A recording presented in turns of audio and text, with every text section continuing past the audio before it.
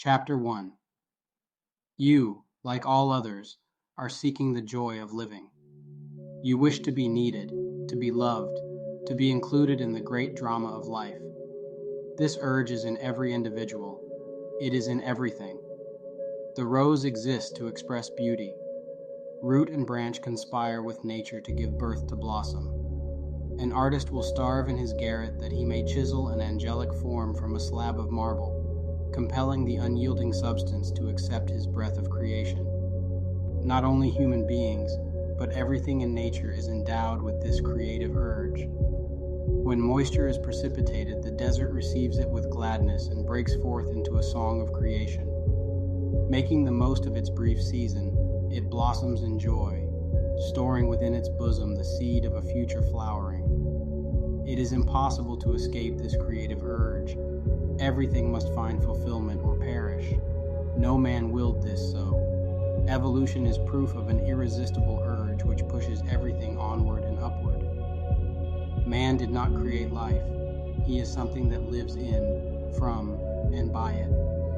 He cannot escape life or the necessity of giving expression to it through living. In some way which you know not of, through some process which never reveals its face, life has entered into you, and with it the irresistible impulse to create.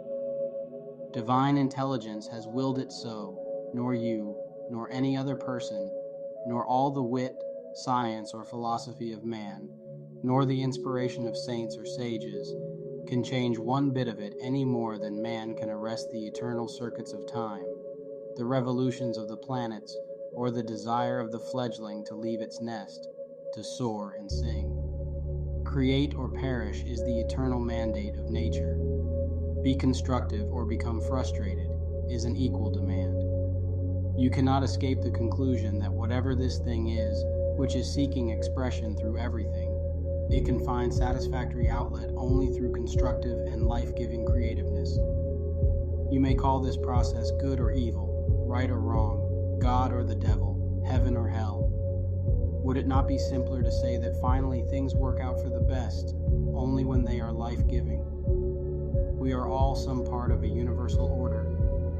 The very urge for personal gratification is incomplete until it finds a universal outlet. This is the cause back of all upheavals in human history. The pattern is trying to fit the pieces into greater and greater units, as though it could not accomplish its purpose through anything other than a democracy of spirit, a union of all. This union, however, does not mean sameness, for while unity requires conformity to principles, unity never means uniformity. Every blade of grass, every crystal, every drop of water, like every individual, is a little different from any other one of its species. Humanity is made up of innumerable individuals, no two alike, and yet society is a composite whole moving gradually toward some ultimate goal. What could this goal be other than that everyone, while remaining individual, shall find a more complete expression in and among all other individuals? This has been the dream of the ages, that the lion shall lie down with the lamb, and a little child shall lead them. As Jesus said, that they may be one, even as we are one. You belong to the universe in which you live. You are one with the creative genius back of this vast array of ceaseless motion, this original flow of life. You are as much a part of it as the sun, the earth, and the air. There is something in you telling you this, like a voice echoing from some mountaintop of inward vision, like a light whose origin no man has seen, like an impulse welling up from an invisible source. Your soul belongs to the universe. Your mind is an outlet through which the creative intelligence of the universe seeks fulfillment. This is your starting point for investigating the meaning of those impulses, longings, and desires which accompany you through life. You may accept that the source through which they come is real. You may accept that the universe is filled with a divine and infinite presence, perhaps the infinite of yourself. Not the infinite of your limited self, but the infinite of the divine self you must be. There must be a pattern of yourself in this invisible. The greatest minds of the ages have accepted that such a pattern exists. Socrates called it his spirit, Jesus his Father in heaven. Some ancient mystics called it Atman. Why don't you call it just you, your complete self? For surely this is what they all have meant.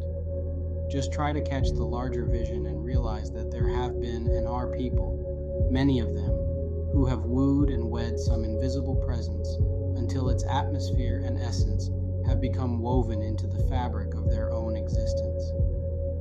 Every man is a doorway, as Emerson said, through which the infinite passes into the finite, through which God becomes man, through which the universal becomes individual.